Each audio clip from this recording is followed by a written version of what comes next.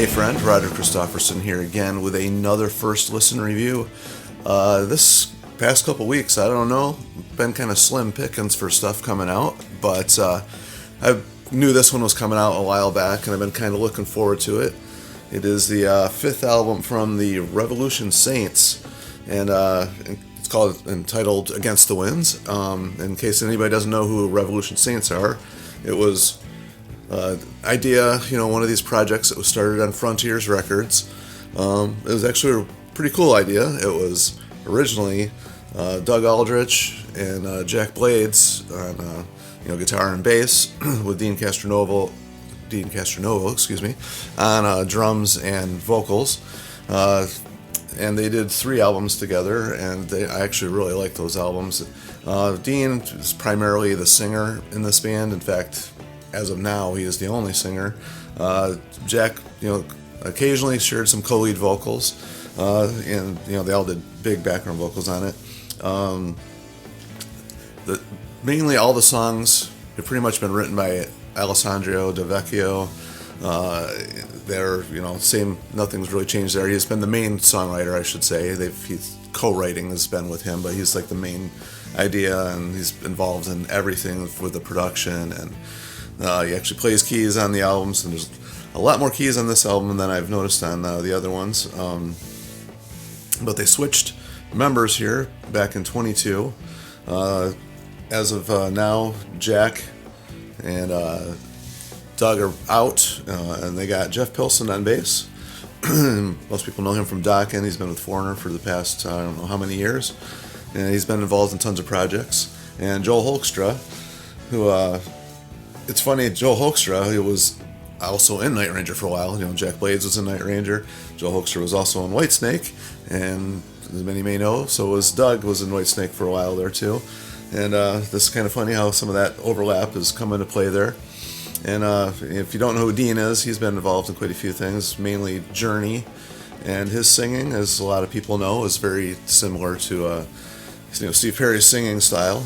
Although, the one thing I'll say on this album that I noticed immediately is his singing is a little bit more rough than he would normally be. I don't know if he's trying to sing just heavier, or if he's just his voice is just getting older, or a combination of the two. But a lot more grit than I've heard before. He's always had a little bit of a rasp every now and then when he goes for the heavier stuff, or when he goes for really high notes is when the grit disappears, which is kind of backwards for a lot of people. But on this one, I noticed it, and it's not so much a grit that's on this album. It's kind of almost like a gargle, and it's not necessarily something that's I enjoyed. I don't know how to say it nicely, but David Coverdale is one of my favorite singers.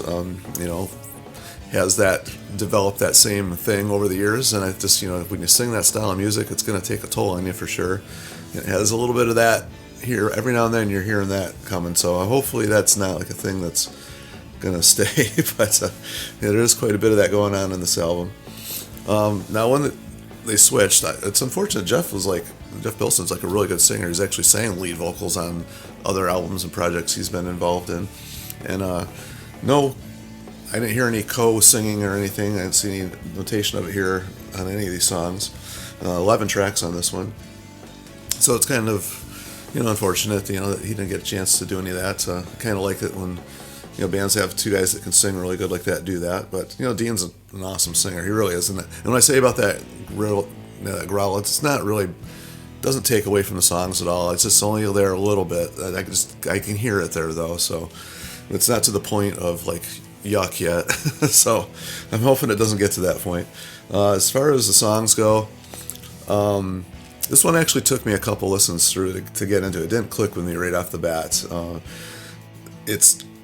didn't think it was all that heavy when I first listened to it. And I think that's probably because there's a lot of keyboard textures in it, even though they're not super prominent into the front of the mix.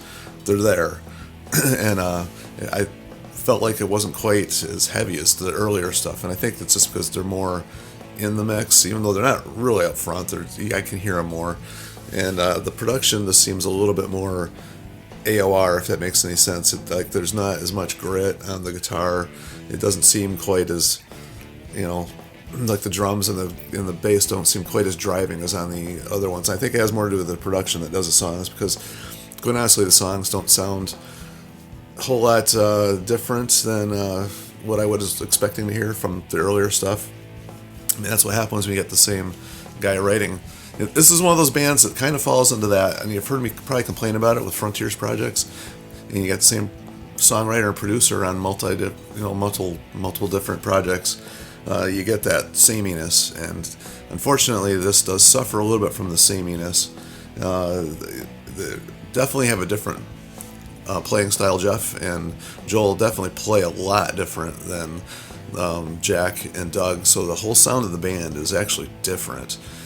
Even though the production is the same and it kind of makes it all sound samey, I can definitely hear especially on the guitar, Joel just plays way different than Doug.